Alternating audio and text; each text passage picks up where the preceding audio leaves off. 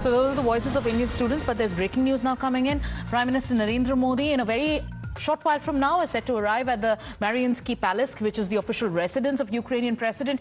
He's expected to arrive there anytime now. We'll get you the latest, but let's once again go across to both Rishabh and Srinjoy. All eyes on the Prime Minister's visit, Rishabh.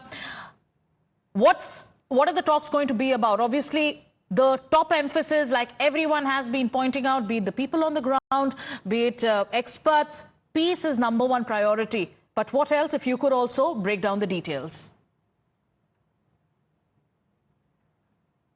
Well, if we talk about the priorities, India's priorities is very clear. This conflict has led to issues of food security. This conflict has led to disturbance in the Mediterranean that has disturbed and disrupted the supply chain as well. The peaceful Europe is good for the world is what India believe, and that is something that is a message that Prime Minister has brought here. From Warsaw, also we heard both Prime Minister Tusk as well as Prime Minister Modi at the press statement saying that India, Poland have come together. This should be a message that the world should be a better place to live. Prime Minister from there also reiterated India's stand that this is not an era of war.